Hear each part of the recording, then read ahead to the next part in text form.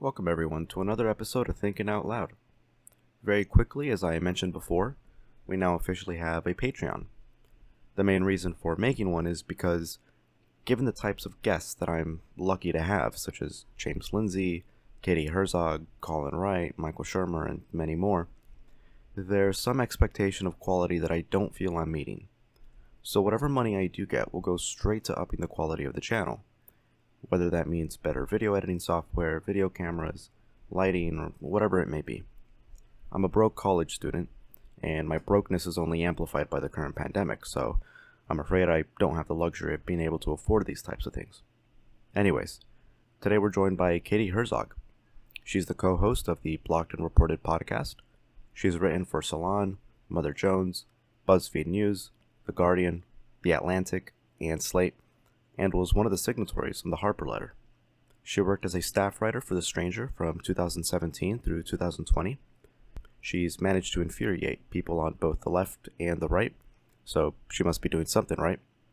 We talk about the election, the line between cultural issues and policy, the potential rise of a new right, and more. She's without a doubt one of my favorite people on the internet, and it was a pleasure to talk with her. Hope you enjoyed the episode. Shut up and sit down.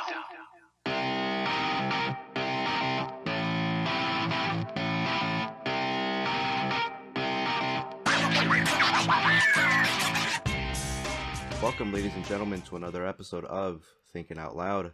As always, I'm your host, Vincent Freeman, joined by my good friend, Bruce. Bruce, thank you for coming on once more. Hey Vince, thanks as always. And we are joined today by someone whom I'm sure does not need any introduction by any stretch of the imagination, but for the sake of courtesy, we'll give her one.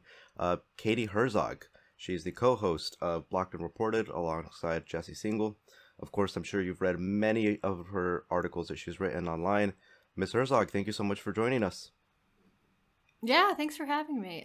Nobody calls me Miss. This is a new experience for me. I sort of like it. Oh, really? You could actually call me Mrs. I am married, so you could actually call me Mrs. Although my wife does not share my same last name, so I'm not sure if that makes me a Mrs. Herzog or a Miss Herzog. Regardless, you can call me Katie.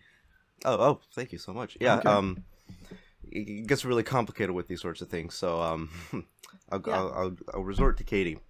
But Yeah. It's interesting. So you're the co-host alongside Jesse Singal of Blocked and Reported, a relatively new podcast. I think it came out in May, right? That's where the first episode was? Yeah. Either April or May. I'm not sure. This whole year is a blur. Time has ceased to have any meetings. So sometime after COVID, sometime in the spring. Yeah, I'm just trying to chug along. And it's funny, I remember a few weeks ago, I was listening to your podcast in my car, driving my sister around, and you tend to swear sometimes. And she's like, oh my God, she's really angry, isn't she? And, it's like, no. No, just a personal bad habit. I've tried to make myself stop swearing, but this is a lifelong bad habit. It's difficult to do. It's extremely difficult to do on the podcast. It's harder to do when I'm around people that you like really shouldn't swear around, like, I don't know, like my in-laws or bosses, things like that. Yeah, that's true. I mean, luckily, we don't seem to have a van full of nuns listening to our podcast or anything like that, so you're more than welcome to listen to swear as much as you'd like. I'll throw in a I'll caveat be here free. that it's 2020, and given how fraught this year has been with incidences, I think they'll more than just a little foul language is justified. I think you're right about that. And so let's get into the meat of this podcast. So I'm really excited to talk with you, especially because we are currently living at one of the most interesting times in the United States. I'm pretty young, so it's anything at this point is interesting for me. But so we can probably have a conversation about Trump, the bipartisanship of the United States. I lose subscribers every time I criticize Trump. It's like a law of physics for me. Since most of our viewers come from our anti-woke positions, they tend to be right-leaning. And so when they hear me criticize Trump, they go, oh, never mind, and they unsubscribe. So one of the things that has happened as of late that I've been able to recognize, and this is a difference from 2012 when Obama was in presidency. I could be wrong because I was pretty young at the time, but my diagnosis of what's been going on is that people seem to be focusing more and more on cultural issues than they were back in 2012. I don't know, would that be accurate, would you say? I don't think that's entirely accurate. I mean, cultural issues have always, basically since Reagan, have always been a very big part of American politics. And what Reagan did was really sort of a genius political move. Reagan convinced people that it was more important to vote on these cultural issues, things like abortion or prayer in schools, than on economic issues. So this is not entirely a new fight. I think it's gotten more heated in the last few years, and a large part of that reason is the internet and social media. You know, in the 80s, when I was a kid, you didn't have these things. We didn't have cable news. I'm sure cable news existed, but it wasn't something that my family had, for instance. So people are just the way that information is siloed now has led to an increase in tribalism. Echo chambers are more entrenched. It's easier to avoid news that you don't agree with. It's easier to avoid people you don't agree with now. And it wasn't always like that in American culture. But things like, you know, not that long ago, I mean, you mentioned Obama in 2012. Gay marriage was a huge, huge cultural fight in 2012. And I don't think a lot of young people realize how far the U.S. has come in terms of progress on that. I think it's progress because I'm gay. Some people would, you know, think it's a sin or whatever. But in 2012, the idea that gay marriage would be legal in just 3 years was really an anathema. I didn't think that was going to happen. I didn't think it was going to happen, you know, in my lifetime almost. And so things have really changed very quickly on that front. But these cultural issues have always been a really big deal, especially things like abortion, going back to, you know, the 60s and 70s, birth control, women's rights, civil rights, all of this stuff is very ingrained in American culture. But now I think we just see it more and we focus on it, you know, because we're all online all the time, and this is what people tend to care about. Yeah. Oh, I mean, especially if you have a Twitter, it seems like everything is a cultural issue. And Right. what's the equation on how much this was probably a strange sounding question, but what's the equation on how much we should focus on cultural issue, whether we're talking about complaining about people who have pronouns in their bio, or free speech or censorship? How much should we focus on policy? Because there's some people that strictly focus on policy that think these cultural issues sort of just are on the back burner, like David Pakman. And there are other people who say the exact opposite, that, you know, you have the whole Breitbart motto that's politics is downstream from culture. So if you want to change the political landscape, you first have to change the cultural landscape. What are your thoughts on this sort of equation? What are the variables you plug into it? That's a really good question. I think we should focus more on policy. And I say that realizing that policy is something that I'm less interested in than in cultural issues. So I think that's sort of a personal flaw of mine, is that I get sort of more riled up about these cultural issues than I do policy, because policy is what we vote on is policy, you know. The cultural issues are, of course, a part of that. And actually, I take that back. What we vote on isn't policy, but it should be policy. What we vote on is oftentimes personality, who our friends vote for, who has pissed you off online today or whatever. It doesn't tend to be always a rational decision. And I think if we voted on policy, people would be a little bit more rational about that. So while I'm deeply interested in these cultural issues, I frankly find them more interesting than policy. I do think that it is a detriment that people like me, and maybe people like you, focus more on these things on Twitter and you know, and these sort of like inner scene fights than we do on what's actually happening at a government level. And part of that is just because it's more interesting. Mm-hmm.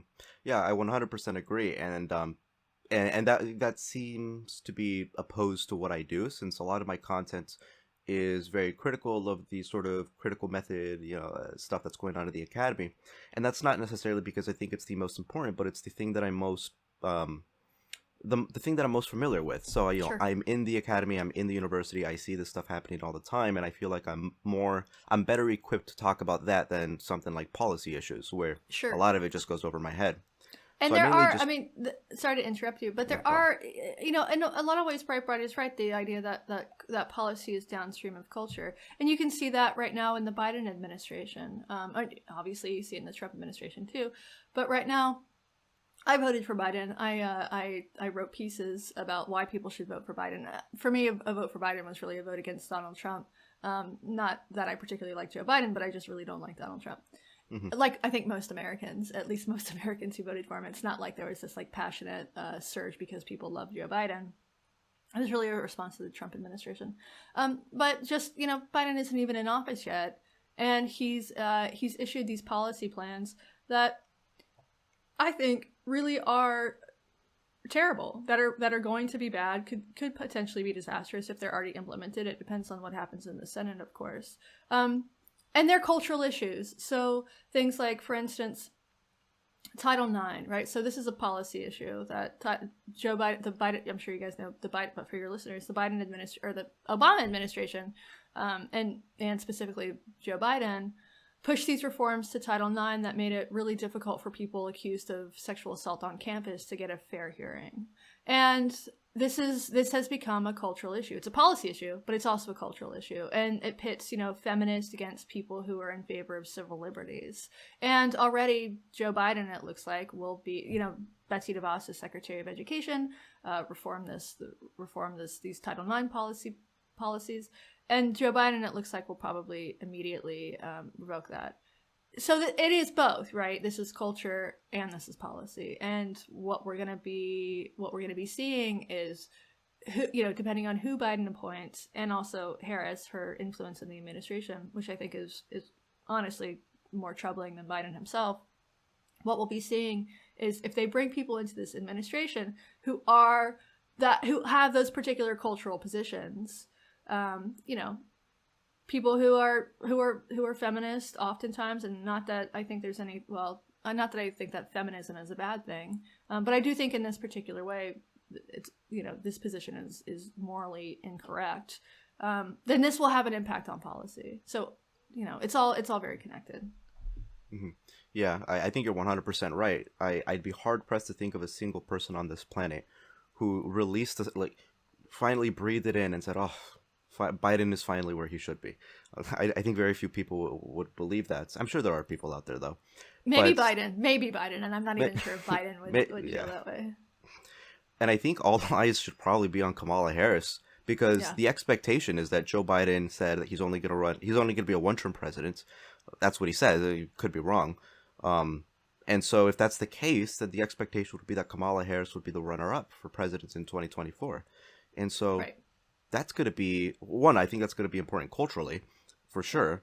But policy-wise, I mean, people had concerns with her policy-wise because of her history, of her background, and she isn't the sort of populist left-wing candidate that many people wanted her to be. She was pretty centrist, and that's probably the reason why Joe Biden picked her in the first place. You got the intersectional points from. Go ahead. Yes. Yeah, I mean, the reason that he picked her was because of her race and her sex. I mean, he said this, that, the thing that frustrates me about that, not that she isn't qualified, but the thing that frustrates me about Kamala Harris, not besides her policy positions, is that she did not do well in the Democratic primaries. So he chose an underperforming candidate and handpicked her and said, "You will be the next president of the United States after me." And I find that immensely frustrating, that she is not someone who the party chose. She's not someone who the people chose, but she has been now put in this position where in 4 years from now, she could easily be the next president of the United States, even though nobody chose her. I mean, it's shocking that people chose Biden, but even fewer people chose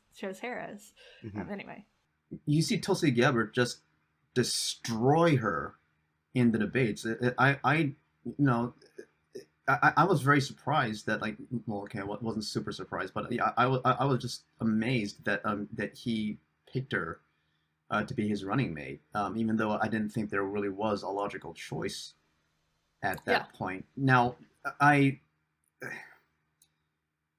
so I follow Sarah Hyder on Twitter, and she put my feelings on this matter into words. I am satisfied that Trump lost. I am very nervous about what I see coming in from through Democrats and what they represent on the cultural left. Some say that the results of the election, there's an increased minority turnout for Trump and a lowering of white people who voted for him. And with the nature of the results, it seems to indicate that there's much more of a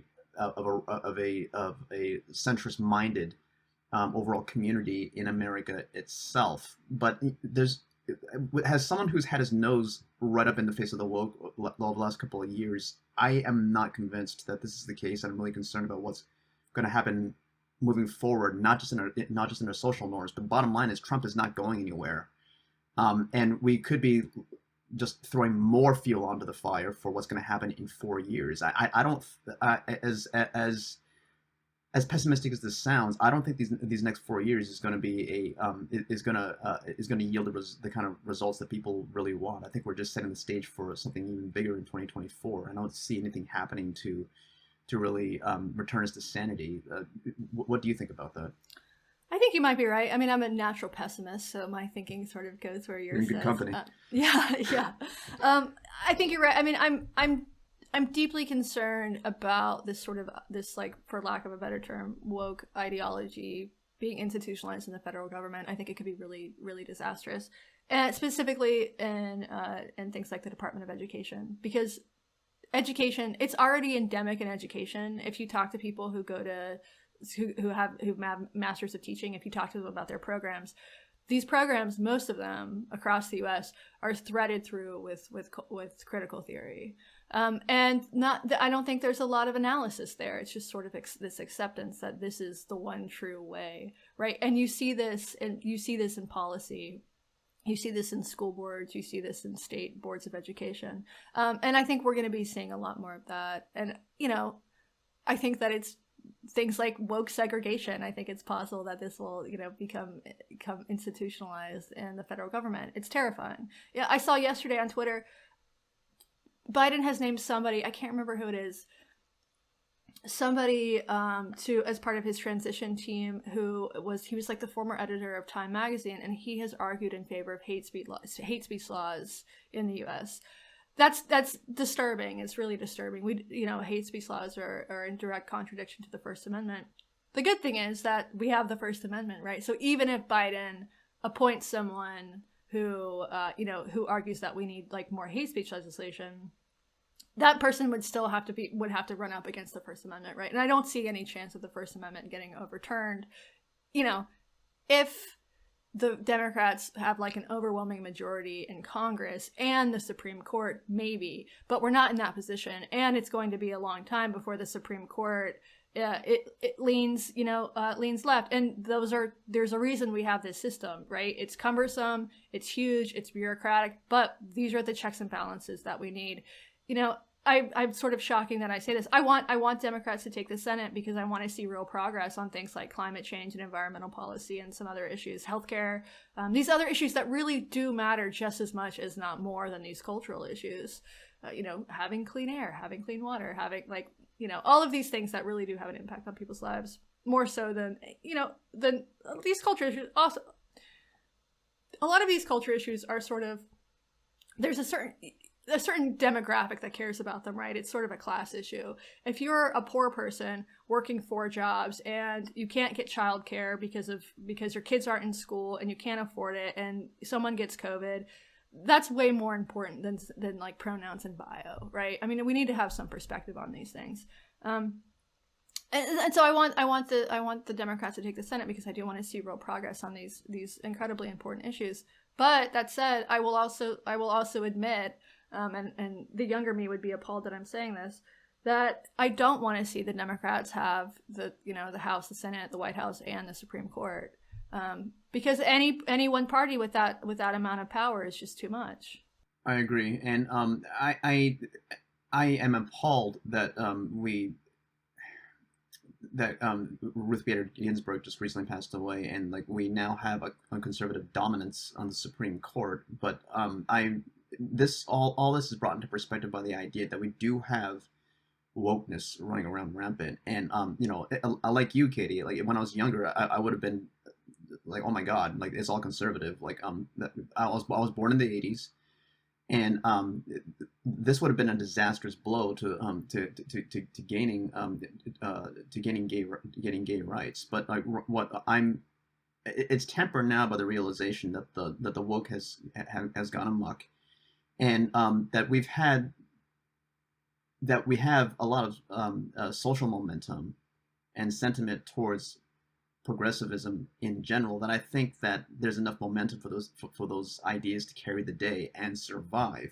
But what will not survive without these institutional powers is our ability to maintain the principles that allows it to thrive, like the First Amendment. And as you said, these it seems like what a critical theory, anything that just hurts your feelings it counts as hate speech nowadays, which is pure nonsense. Right. I think you're totally right about that. And one difference between the 80s and the 90s and now is that the culture really is dominated by the left. Which was not true in the 80s, and it wasn't true in the 90s when in the early 90s when I was a kid, and Desert Storm was happening. It wasn't true after 9/11 when there was this when the zeitgeist was very much more nationalist, and even though people hated George Bush, it wasn't this overwhelming sort of dominance by the conservative agenda the way that it is by the left now. There was a whenever people say that we really need to take a breather and not focus too much on these cultural woke issues because they really aren't that big of a deal, they're not that important, I'm reminded of, there was an op-ed in the Wall Street Journal that came out a few months ago by a theoretical physicist, and he said that was the same mentality that people had in the 90s, where yes, this idea of deconstructivism was always there. It was only in the humanities, but so long as it remained there, it wasn't that big of a deal. And now we're seeing it pestilentially spread into STEM, and obviously pestilentially spread into the government. So I don't know what exactly is enough power for them. If you don't see the way that this is manifesting itself in fields and academic disciplines that it has no business manifesting itself in, I don't understand what exactly is required for you to change your mind that we should probably focus on this at least a little bit. If we don't have to focus in on more than we do on policy, but it certainly deserves some attention. Sure, and, absolutely. Yeah. And someone like Kamala Harris, I think you could make a strong argument that she's only going to fuel this.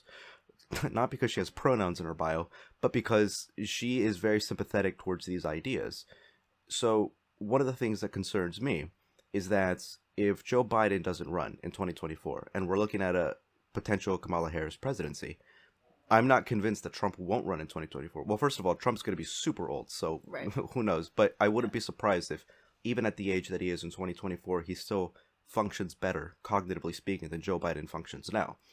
And given that what we know about Trump, his narcissism, his pathological narcissism, I wouldn't be surprised if he wants to run in 2024. Trump said, he makes this claim, I don't know if it's true, but he says that if he loses, we'll never see him again.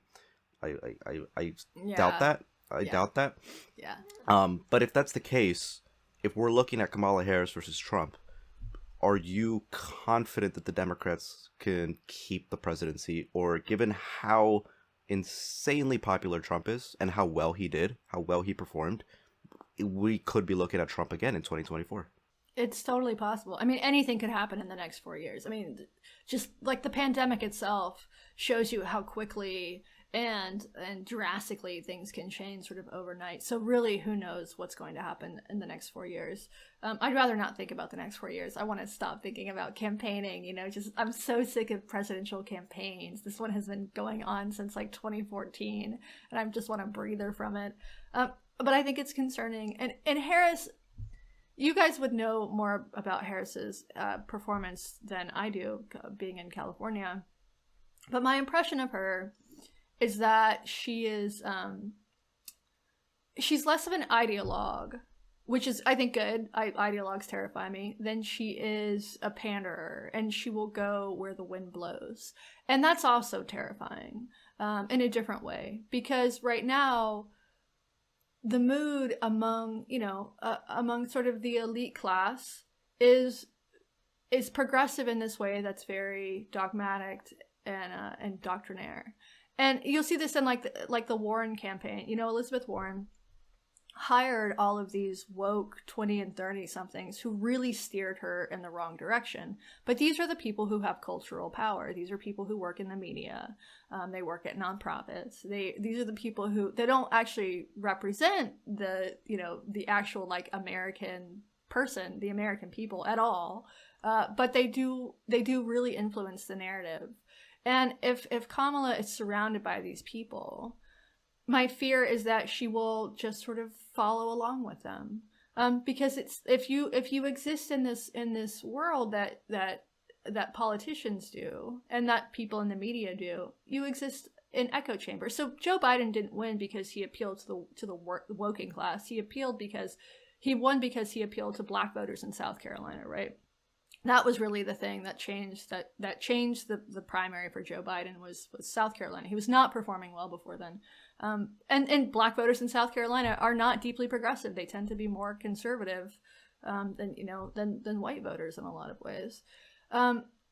And so my fear is that they will forget that. They will forget that the ideology, the reason that Joe Biden won was not because he was an extremist, it was because he was a moderate. And also because of his connection with Barack Obama, name recognition, all of that stuff. There's many, many different forces. This is not, there's never one cause for anything. But if they are trying to appeal to the media and to the people who control the cultural conversation, what they're going to do is they're going to swing left. And I almost hate saying left because it's not really a leftist position. It's an authoritarian position. And so that's what I'm concerned about. For me, the calculus was really, I was a single issue voter and that issue was getting Donald Trump out of office. So voting for Joe Biden wasn't hard. That decision wasn't hard. But I'm not sure that Joe Biden is going to be. I'm not sure that the outcome is going to be good. It was still worth it to get Trump out, I think, at this point. But I'm not totally convinced that this will be ultimately good for the country or for the world. But we're also saying that Harris is, like you said, a panderer, and she does have. Like Elizabeth Warren, when she had those the Wokarati steer her campaign. What, as you said, Biden's moderation seems to have won him the day. Now, since he appealed to black voters, what I find very, very curious is that Biden does not want to defund the police, which is one of the worst, which is absolutely one of the worst marketing schemes the Democrats could have come up with at this kind of time. But that appeal to moderation, again, seemed to appeal to a more moderate and, frankly, a smarter America than we all feared. So knowing that some stats would say that most African Americans do not want us to defund the police. There's a strong argument to be made for reform. So that we have this this powerful woke wave, but there's this bedrock of which seems to be common sense lying out there. So Harris seems to be a relatively intelligent person, and how do you think she's gonna try to keep up this propensity she has for pandering, as opposed to saying, what, realistically, this is what really wants. This is what's really gonna win us votes. That's the question. Yeah. I don't know. It depends on who she's going to listen to. If she's going to listen to the voters, or if she's going to listen to the media, and it also depends on who her advisors are. I don't know what's going to happen. Best case scenario, they look at the results of the election and they realize that there's a reason that Joe Biden won and not Elizabeth Warren and Bernie Sanders. Worst case scenario, they pay a lot of attention to what's happening on Twitter, and they decide that those are the people that they don't want to piss off. Andrew Yang is the only candidate who seems to really get it. He set out on CNN saying, look, now I'm kind of sort of paraphrasing him here, but it's the cultural issues are important, but if you keep going at it the way you've been going at, you're going to piss off more and more people, and then who may not be racist, who have genuine concerns that need to be addressed, and they're running off a losing narrative. Yeah, I think Yang is really good on this stuff. He announced right after the election that he and his wife were moving to Georgia for a couple months to work on the Senate. I think that's a mistake. I'm from the South, and the South historically does not like it when people come in and try to dictate their politics. There's a term for that. We call them carpetbaggers. And yeah, it's a term from. Have you guys heard that term before? Not in that context. Okay, right. So it's a historic term going back to the Civil War, so my fear is that the Democrats or the Republicans sending a bunch of people out of staters to Georgia to try to influence this election is going to have the opposite effect. I could be wrong about that.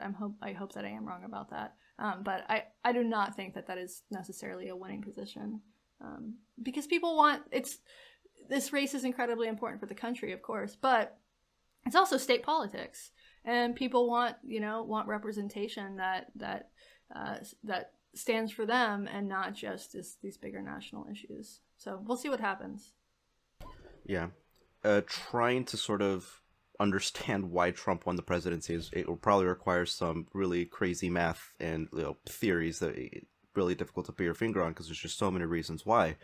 But one of the things that some people try to point towards and say is that what Trump was he was emblematic of something in the American consciousness that politicians haven't recognized yet. So we have generally, we have the populist left, and there's some representatives for there, but no one really on the right. No one basically that we could say would be a perfect combination of, Rush Limbaugh anti-expertise sentiments and Tucker Carlson concern for the working class. So if that's the case, and I don't know if it is, but if that's the case, if that's part of the equation of why Trump got into the office, could we be looking at a new right? One that is more concerned with the working class? I think so. I mean, it is possible that the right, ironically, could come up with this sort of multi-ethnic working class coalition that the Democrats have been trying to build for decades, which would be incredibly ironic, but also sort of depressing. And maybe these labels don't really matter. If the Republicans, if the right actually did manage to build this sort of multi-ethnic working class coalition, and their policies were reflective of that, is that such a bad thing? I mean, these parties do switch positions, switch terms. I mean, it is true that the anti-racist party in the 19th century was the Republicans. These things do evolve, and I think what we're seeing right now is that Democrats used to be sort of the party of unions and the working class, and now the perception is that Democrats are really more the party of the elites, and that is reflected in polling in terms of, Biden wins the educated vote, Democrats win the educated vote by a landslide. So I think it'll be really interesting to see what happens, and maybe if we cared less about labels and tribalism, then it wouldn't really matter, as long as there is a party that actually does represent the interests of the working class. Maybe it wouldn't matter. It's hard for me to imagine Mitch McConnell, being at the helm of that. It's actually impossible for me to imagine that. But maybe that'll be what happens. Yeah, who knows? And on that topic, you wrote an interesting article criticizing Dave Rubin, whom I'm sure would have me blocked if he listened to the things that I've said about him on this podcast. But you criticized him for saying that the left is now loony and we should move right because that is the natural position when it comes to defending freedom of speech and all the values that we truly care about. And you argue that, no, we should hold our ground. But I've heard a surprisingly large number of people resemble the same sentiment that Dave Rubin has, that maybe we need to jump ship. And if we cannot reform the Democratic Party or the liberal aspect, we could at least reform conservatism, one in which it is open towards LGBT concerns, one in which it is open to some populist concerns that really only seem to manifest themselves on the left. So from a pragmatic standpoint, maybe it would be better to jump ship and go the conservative route. I'm assuming you would probably disagree with that, but what is your general take on that? It's a really interesting issue. I think we need to be realistic, however, about what the right actually does stand for. And right now, the right has staked out, some people on the right have staked out this position of being in favor of things like due process and free speech. That is only because they are the ones who are most being censored and harmed by this issue. And they sense that it's a weakness on the left. It's a weak point, and therefore they're capitalizing on it. I do not think that Donald Trump or Mitch McConnell or almost any Republican, anyone in the GOP is actually a genuine believer in free speech for the sake of free speech. I think it's pragmatic.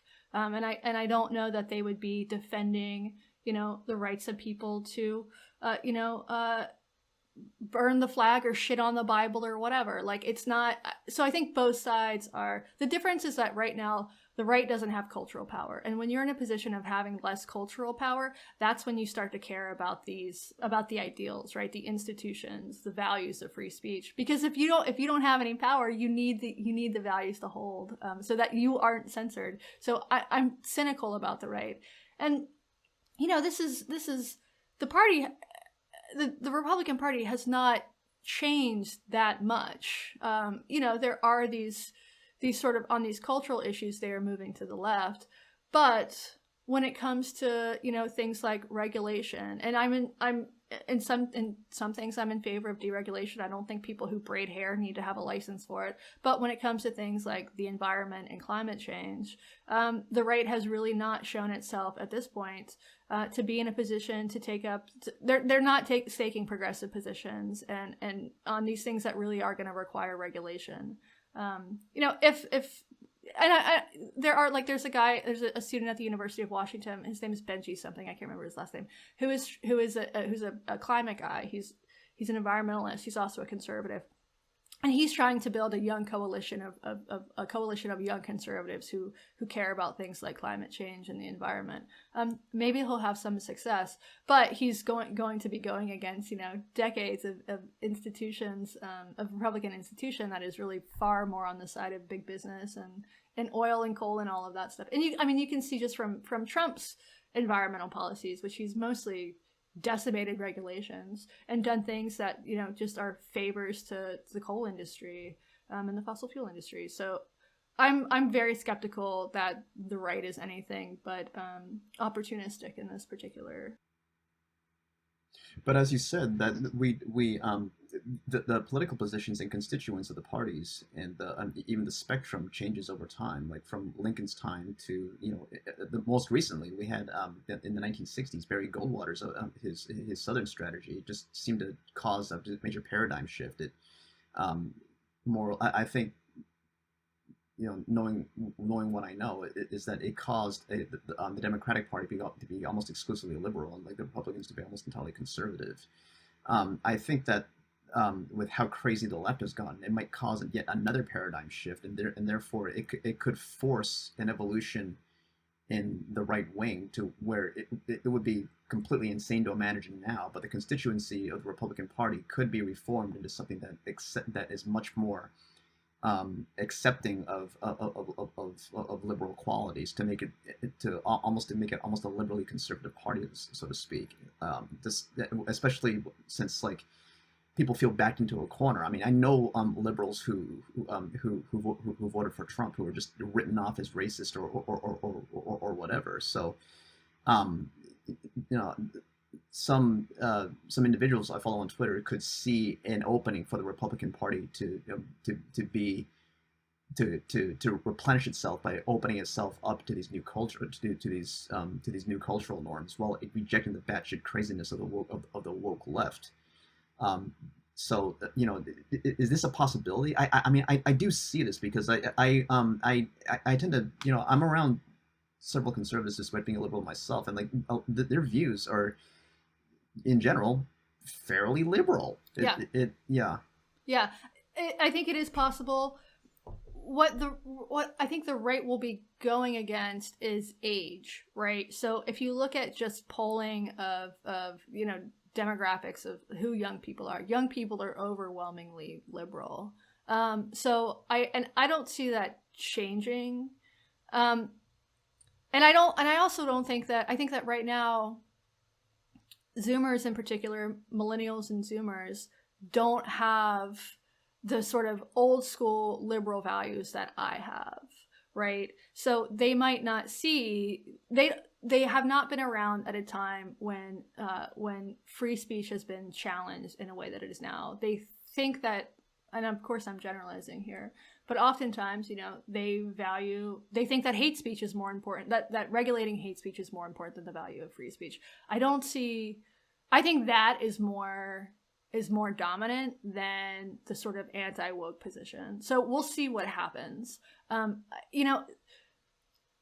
The title shouldn't matter. The name shouldn't matter, whether you're Republican or Democrat, but obviously they do. I mean, if we did away with this, the system is also so flawed because it's a binary in terms of the way that we vote. Either you're a Democrat or you're a Republican or you're an independent, in which case, or a libertarian or whatever, in which case you don't really matter. You've sort of opted out of participating in the system as we know it. And that's not going to change anytime soon. But I think that's the real fundamental flaw is if you're not one, your only choice is the other. So I'm appalled by a lot of the behavior of people on the left, but if my only option is to go vote for the party of Mitch McConnell, that's not an option for me, right? So maybe if, Brett Weinstein has this third party idea of something like that would actually take hold, I find it very unlikely, not just because of the sort of mass support it would require, but also because there are establishments and institutions fighting against it. So I'm not super optimistic that there'll be some sort of third party movement that arises to take the place of the Republicans and Democrats. And I also, it's hard for me to imagine a lot of young people saying like, yes, I want to be a part of the grand old party, at least at this point, even if there is a coalition of sort of anti-woke young folks who bristle against what's happening right now. Well, I was a Uni 2020 guy myself, but I just think it came too late to make a difference, and hopefully that'll continue to get some momentum for 2024, which I think we desperately need. But he's also, he's working against the tech overlords who are censoring his platform. Yeah. Which is really difficult. I do think Andrew Yang is a really promising figure. I think some of his policy positions are a little crazy. I do like he wants to put a dojo on every corner. I do like that. But someone like him, someone charismatic, smart. I think Andrew Yang could be a big force, but it's also like American politics is so huge, and there's so much bureaucracy and so much intractable institutions and establishments that he's really like fighting an uphill battle. I agree. Katie, I was listening to the podcast last night that you had with Matt Lewis, and one of the points I really wanted to discuss with you is just how badly our media has just fallen out of touch with the general public. So the election is quote unquote over, but we haven't even begun to experience just the fallout from it. Like now, as we were talking about before, Biden won, but Trump did not do poorly. That shocked the hell out of everyone on election night, where you saw what Kyle Kalinske called the Red Mirage. Everyone was like, oh my God, the sky's falling, and why is this guy still doing that well? And this is after you hear these pollsters say, you know what? Don't worry about it. We recalibrated. Well, what exactly did you recalibrate to? 2016 should have taught us a lesson. There's this video of this comedian called Jonathan Pye going that was released right after Trump got elected. He was just railing about the results of the election, but just despairing that Trump won. But he also just flipped. He lost his shit at the left, saying like these cultural issues is exactly what got you Trump, and the amount of hate that video got was just, oh my God, no one's listening to this guy. Now the media still seems to be set in that mindset that this is evidence that we live in a racist nation or whatever, and they don't seem to have taken the lessons to heart at all. And so going back to the idea of recalibrating to get the idea of the general public, well, your calibration's off. What rubric are you using to calibrate? I'm trying to understand where the headspace of the media is right now. Do you have any thoughts on that? Yeah, I think that what's going on is that the media is incredibly homogenous in this particular, it's like one particular way, not as much racially or ethnically or in terms of sex as it was a few decades ago, but in terms of culture and politics. So if you work at a newspaper in New York or DC or Seattle or LA or San Francisco or whatever, the likelihood is that you are surrounded by colleagues and friends who are just like you. And there's very, very little room for dissent. And you can see this just this week. Matt Iglesias of Vox resigned from his position and started a Substack newsletter, in part because of this. It's because it's difficult to be the sort of contrarian within an institution like that, because people shit on you all the time, and there's a lot of an impulse to censor. And so I think that's what's happening, is that the media is really homogenous, and there are varying degrees. There are Marxists, there are DSA members, there are leftists, there are liberals and some centrists and a few token Republicans. But the media has turned into a sort of evergreen state university, right? And when you have people, or like a Seattle City Council or a Portland City Council, and when you have no diversity of thought, what you get is a form of extremism. And that happens on the right and the left. This is just a natural thing that happens when you, and there are studies that show this. Connor Friedersdorf wrote a column about this yesterday in The Atlantic, and he cited this study from Cass Sunstein it's an older study. I can't remember when it's from. But what he found was that if you have 3 liberals in a room together and 3 conservatives in a room together, when they leave, the liberals are more liberal and the conservatives are more conservative, and they're more intractable in their positions. They're less willing to listen to the other side. They're more convinced of their own correctness. And I think that's what happens in the media. There's also this terminal fear of being cast out by your friends and colleagues, right? So if you do something like go profile a Trump voter, you're going to get shit on because we shouldn't be platforming those people, which has made the media totally unreflective of the American population.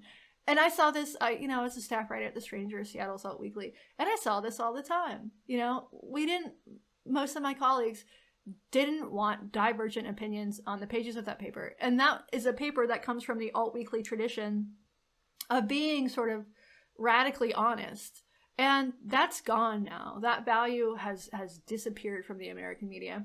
And then you've got social media, which means that we can easily, the algorithms filter out opinions that we don't like for us, right? So you have to really go out of your way to find divergent opinions. And most people don't do that. And then there are these economic forces, right? So it used to be that if you worked at a newspaper, you were probably, you're a reporter, not a journalist, probably working class. Your parents were more likely to be, say, like plumbers than they were doctors or lawyers or tech executives or whatever. And you would go work a beat for a few years at a local paper, move up maybe to a regional paper, maybe to a national paper.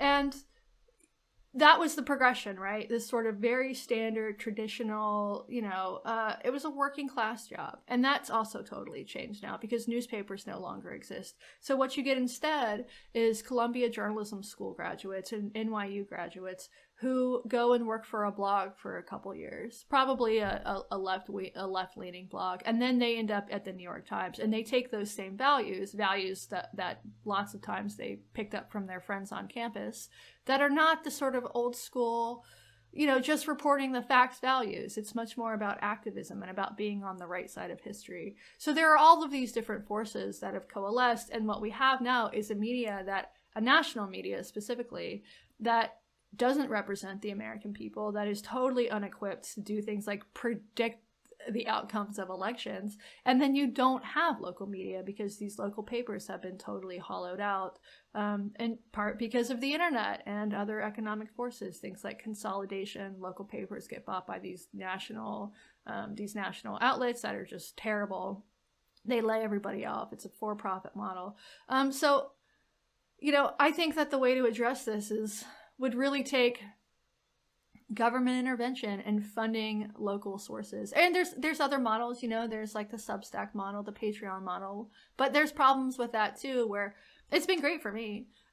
But there's also a problem, which is that, like, when I worked at The Stranger, my voice was fed to people who hated it. And I felt like that was a service that the paper provided, was putting my voice in front of people who didn't want to hear it. Because then you see a different opinion. Even if you hate it, at least you're sort of aware of what other people think. And that doesn't exist if you have Substack and Patreon, where you can, not only are you not fed this information that you might not agree with, but to access it, you have to pay for it. So it's only going to create narrower and narrower echo chambers. I don't think that Vox is better off without Matt Iglesias there. I don't think that The Intercept is better off without Glenn Greenwald there. I think Matt and Glenn are better off, personally, not being in those institutions, because it's very difficult to be, one of the lone voices in these outlets. But in terms of the publications and the public, I think they're going to suffer because now you have the one heterodox thinker is now on his own, making more money, not having to deal with assholes at work, but isn't you aren't forced to confront the fact that everybody doesn't agree with you. I mean, the one bright spot I see in that is like, when you have more and more high profile figures make those decisions. Like we saw that happen to Barry Weiss, and we saw that to Andrew Sullivan, who's another writer whose work I really enjoy. Yeah. More and more high profile people, they decide to make these decisions. It will get the general public to go, what the fuck? What's going on? And that should be enough of a shock to say, like, whoa, something's going on here. I mean, like, Glenn Greenwald was something I didn't see coming. He left his job at the Intercept, and what I would really like to see is an apology from him to Sam Harris for him doing this exact same thing. And like, I think that would be a major game changer for everyone, saying like, no, there's something is not right in our house. Yeah. But the reality is there's something very, very wrong in both houses, in the left and the right, which I think what we've been getting from the left is in addition to pushback to how bad the right has gotten. I mean, we have media networks like Fox and CNN just catering to their own brand of activists. I mean, you see the right on Fox News just strawmanning, people like Dave Rubin just strawmanning the left, and just using the woke left to criticize the more moderate left. And you see Don Lemon just mocking Trump supporters on CNN. Like, how do you think that? Like, how does he think that's going to be a winning strategy, or like, how's it going to turn people off? Now, I mean, I think that what's happening is that people are there are not employees within these organizations who are going to say you're getting it wrong. And also, it's good for ratings, right? Like, and bad for the Republic. It's very bad for the Republic, and it gives Fox News viewers, for instance, the impression that Joe Biden is an anarchist. Anarchist Antifa, they are not for Joe Biden. They don't even vote. Like this, like true believers don't even vote. But there's been this conflation of the two. Sorry, my dog is barking. If you watch conservative media, you are going to be left with the impression that Antifa is a wing of the Democratic Party. That is not true. It is not true. Of course, there are like some activists who will show up to these protests or whatever and then go cast a vote for Joe Biden. But Antifa exists outside of the mainstream politics. And you don't know that if you watch Fox News. Why? Well, because it's convenient for Fox News. It is good for Fox News to confuse their viewers. And the same thing happens on the left, where you have someone like Don Lemon or the New York Times or whatever saying that all Trump voters are racist. All Trump voters aren't racist. But I know lots of people. I would say that the majority of my friends, if polled, would say, yes, all Trump voters are racist. And if I said, what about that black guy over there? He voted for Trump. They'd say, well, internal racism. It's serving whiteness. Both things are ridiculous. They are. But, the example I use is there was a Muslim woman who I followed for somewhat. Her name is Asra Nomani, who ended up voting for Trump. I mean, she's a liberal Muslim lady who ended up voting for him because like there was so much sanctimony on the left,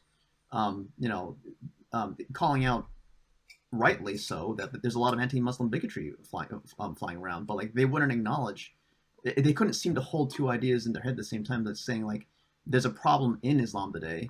Right. And but in addressing that, we have to be very, very cognizant that there are many great Muslim people out there, and this should not have been so hard to hold. But that kind of sanctimony turned her and others like her off. So they ended up voting for Trump, and she's very liberal now. We thankfully we have Joe Rogan's podcast, and where his conversation skills are great to the point, and he invites so many left and right people on there and lets them just talk. And there are times in which the kind of conversationalist he is, he ekes out their points and lets them occasionally wreck themselves on the air, like what he did with Candace Owens on climate change. Now, I don't think that's intentional on Dave's part. No, not at all. Not wait, I'm sorry. Wait, are you talking about Rogan or Rubin? I'm sorry, I forgot what you said. Rogan. Rogan. Yeah. Okay, Yeah, I was thinking in my head. I was thinking. Right. Wait a second. All right. Yes, I need to clarify that because I didn't say he did that intentionally, but because of the way he speaks and because Yes. of his intelligence, he was able just to expose Candace Owens on air. And now, he's great. yeah. He just asked. Right. Rogan is great because he comes from a base level of realize he has epistemic humility. He realizes that he doesn't understand things and he actually listens. And so like a lot of the stuff that he says, I think is incorrect. I think he is fed some misinformation. But by asking questions, he really does listening and asking questions. He really does. People can lay out their positions, and he does a great job at it. Yes. Yeah, and I'm of the opinion that right now we're in the 2020s. We're not living in Walter Cronkite's era anymore. But I think Rogan's podcast, especially since it reaches such a large audience on both the left and the right, it's the closest thing we have to it. He's not going anywhere. But Trump, oh my God, he may start his own news network, and he's going to try to compete with Fox News, and it looks like he's turning on Fox News, and now we see conservatives and Republicans just leaving Twitter for Parler, and unbelievably, I don't know where they get the information from, but being a former Bay Area resident, I still talk to friends and family from up there who think Joe Rogan is a right wing talking point. Like, what is this? And then we see more and more ideological siloing through labeling, through a preference for news sources rather than a preference for exploring truth and to explore clashing ideas. How do we move into how do we get back to a system of bedrock truth? Because without if America continues to see two movies, then we're going to be living in completely different worlds, in which we may have similar values, but without the facts, without the willingness to explore those, we'll never come to some kind of cultural or any kind of cultural or policy-based consensus that'll move us forward. And without more platforms to Rogan's podcast, and more importantly, without the willingness to listen to it, I don't see us moving forward. That's the question. And the thing is, these podcasts are opt-in, right? I mean, you're right. We don't have a Cronkite thing. And the people who I think most should be listening to someone like Joe Rogan are not listening to Joe Rogan. They think he's a Nazi. There was I not to interrupt you here, but I need to throw in one point. I mean, I had a conversation with a left-leaning friend of mine, not left-leaning, he swings over to the left. We were having a talk about hate speech laws, free speech, the necessity of it, and somewhere in that conversation, he just said, "No, Joe Rogan's right-wing," just completely dismissively, and I asked him, "Okay, give me 5 positions he's right-wing on." He gave me a blank look. Mm-hmm. So that's what it's like. He likes guns. That's an obvious one. But yeah, Rogan is not right-wing. There was right after the election was announced, there was a piece in The Atlantic by Zeynep Tufekci, who I think is generally really pretty good. And the title is something like, "Our next authoritarian president will be worse." And there was a line in this piece about how, who these potential next, authoritarian presidents could be. And she mentioned Tucker Carlson and Joe Rogan. And so it's just like this idea that Joe Rogan, A, would want to be president, and B, would win a primary, and C, that he would go in and immediately become some sort of authoritarian. It shows me one thing, which is that she is completely unfamiliar with Joe Rogan's work. That is an impossible. Tucker, I think, could actually be a very successful politician. Rogan wouldn't want to be a politician, and that got published in The Atlantic, and so how do we get back to a balance of truth? I don't know. I mean, there would have to be some economic forces would really have to change. It might have to take some major crash where the internet doesn't exist anymore, and I don't think that's going to happen, because the truth is, we are watching different movies, as you put it, and you can get and this balkanization of media that we see in things like Substack just means it's going to get that much worse, where you can subscribe to 5 different content creators who agree with you, because who is going to pay? A podcaster, another example of this. My podcast, it has been shocking to me how little hate Jesse and I have gotten, because when Jesse and I write, oftentimes we are inundated with criticism. That hasn't happened with the podcast, because people don't hate listen to podcasts. People who don't like us are not going to listen to us for an hour. even to like pick out things that are problematic. They're just not going to do it. And so, they ignore it, which has been great for us. But we just, it's just this increasingly narrow echo chambers where only the people who like us listen to this show, or only the people who like Rogan listen to Rogan or watch Rogan or whatever. Have you seen Tristan Harris's social dilemma? He really goes into the depth of like how this is wrecking us. I haven't watched it yet. It's on my list. Yeah. No. Mm-hmm. Yeah. In a way, the thing that is sort of kind of required is an entire reprogramming of our mind to sort of get rid of these tribalistic instincts in ourselves. But I would say, for myself at the very least, the best litmus test that I've been able to come up with to determine whether or not someone actually knows their mettle when it comes to someone that they're criticizing is how well they're able to steelman the oppositional viewpoint's position. So there's a clear difference between someone who makes a claim on another person's behalf. There's a clear difference whether that claim is coming from someone whom they already agree with, and so they're listening to what Ben Shapiro's viewpoints of the other person is saying, rather than actually listening to the other person. Exactly. And yes, there's a clear difference there. And so for me, the way I always go back to what Douglas Murray says, and he did say it in this context, but I think it applies, where I promise you the water's not that deep. It's not that cold when you jump in. So it's perfectly fine. I get it. I get this tendency, this visceral tendency to not want to listen to Vosh, to not want to listen to these very far lefties or these far righties or what, because you have this emotional visceral reaction towards it. Right. But once you really jump into the water, you sort of kind of get addicted to it. I've read way more conservative books than I've read liberal books, and it's not because I'm a conservative. It's because for some strange reason I have this fascination with things that I disagree with. And so I would say, at the risk of sounding like I have an inflated opinion of myself, I can steelman their viewpoints pretty well. Well enough to the point where I can give myself I can give myself a little mini award, I suppose. Mm-hmm. But what would you say is your solution to this problem? How do we convince people to listen to people that they don't agree with, or that they've been told that they shouldn't agree with? It's a really difficult problem for me. It's a huge problem, and I don't know that you can do it. I don't know that you can force people to pay attention to things that they don't want to pay attention to.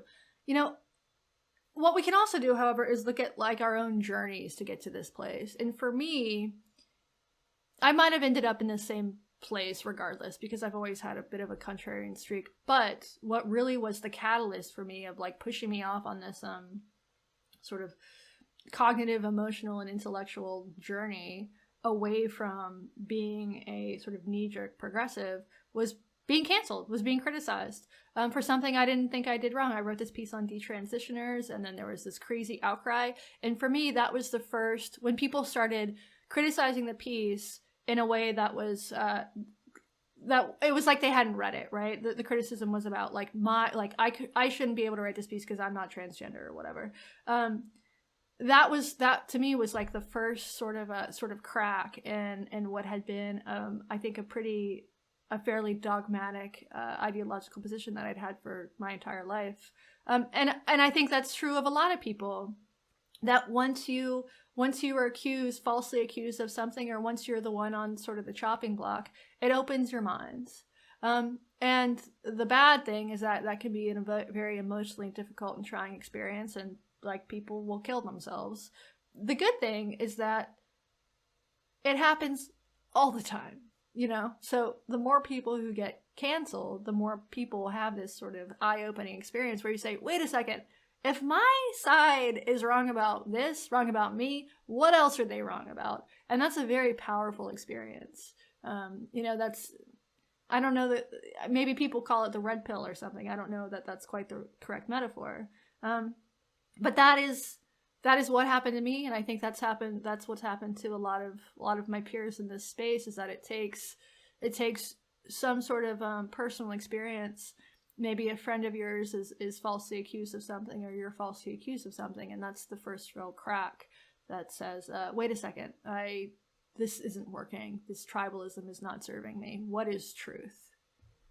That appears to be what really gets people on board. I mean, like I remember when when I was more woke, and I had a friend of mine who's always been anti-religious, but when I heard him criticize Islam, he sounded. I thought this is note to our audience. This is how I used to think. Mm-hmm. My instincts was, did you just suddenly become a Republican? But because he was such a careful thinker, right. I looked into it. It's like, oh my God, this is what you meant. And then right. you see this repeat itself gradually with people over the years. All of a sudden, like just a few weeks ago, we get Glenn Greenwald, right?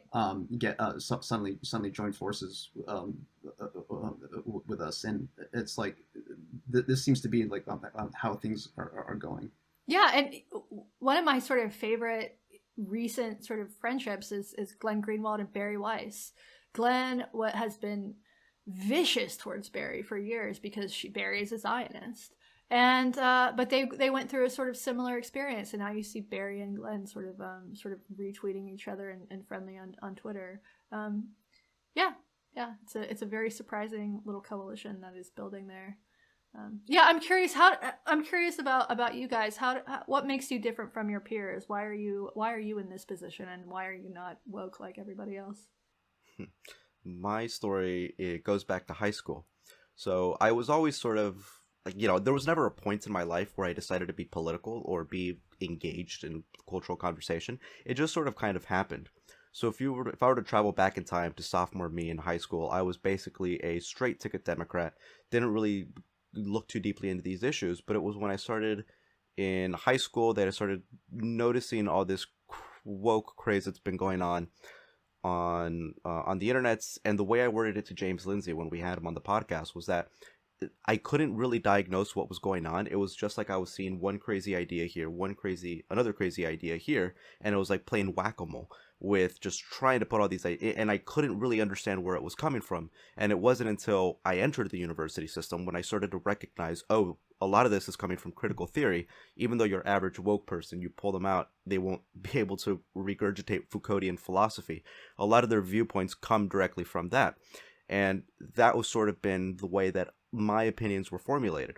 So I don't know what would have happened if maybe I would have first been into Salon or Vox at the time. If maybe those were the news outlets that I was getting my information from first, maybe I would be woke today. And it's sad to say, where I think a lot of it is just based on happenstance. I don't think we have the free will that many people would like to believe we have in order to formulate, really rationally the decisions that we come towards. It was just a fact of me really liking Sam Harris at first, me liking these sort of, anti-woke people at first.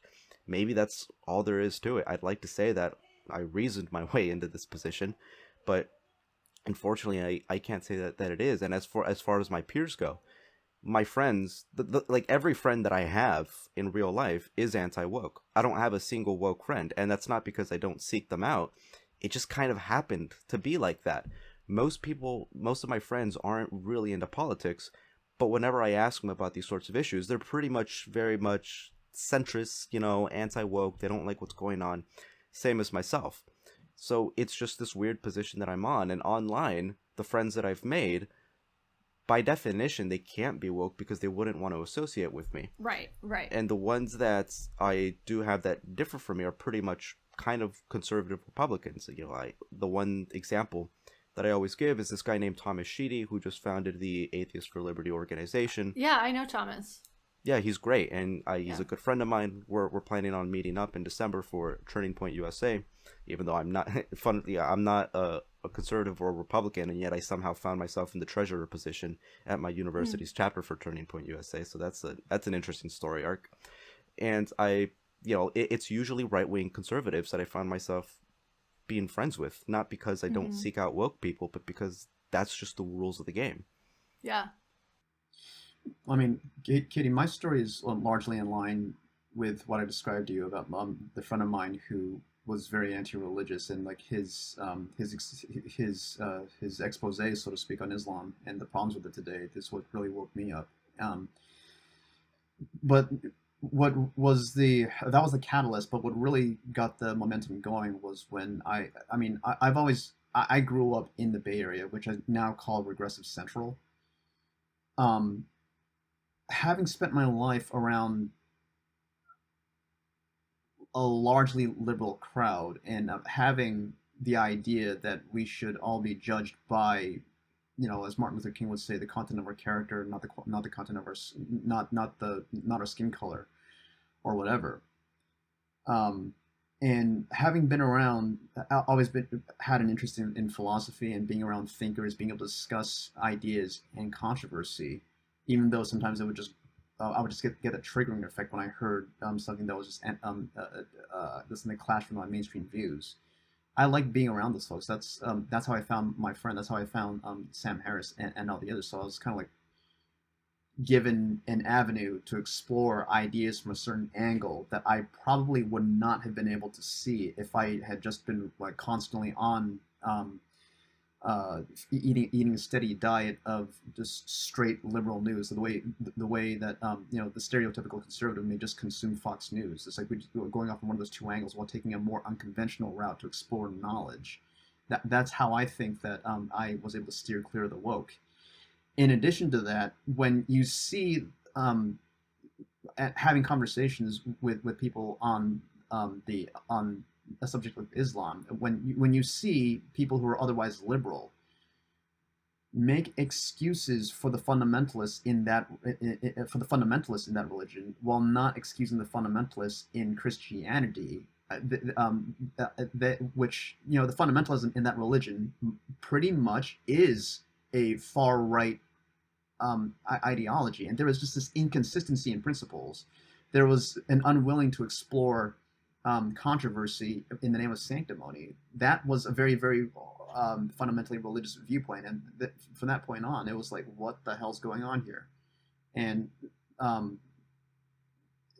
that's my I think that's my woke deconversion story, so to speak. And again, I do see more and more people waking up. There was this one individual who, I was arguing the point with this person once, and the only comeback that this person had for me was, I hang out with right-wing people sometimes who don't fit the stereotype, and her rejoinder was, go get yourself some new friends, which was disgusting. And then now, 2 months before the election, I see this person write on social media, hey, something's wrong with the left.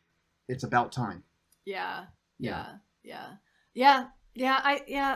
hope that there are a growing number of people like you. I think there are. It comes at some cost if you exist in a liberal bubble and you come out or whatever, if you express some divergent opinion. I've had so many people tell me that they lost friends because they defended me on social media, or they'll like post an article of mine on social media and then they lose friends because of it. And I'm a fucking liberal. Like, this is not, I have very few opinions that on an objective basis would be considered problematic.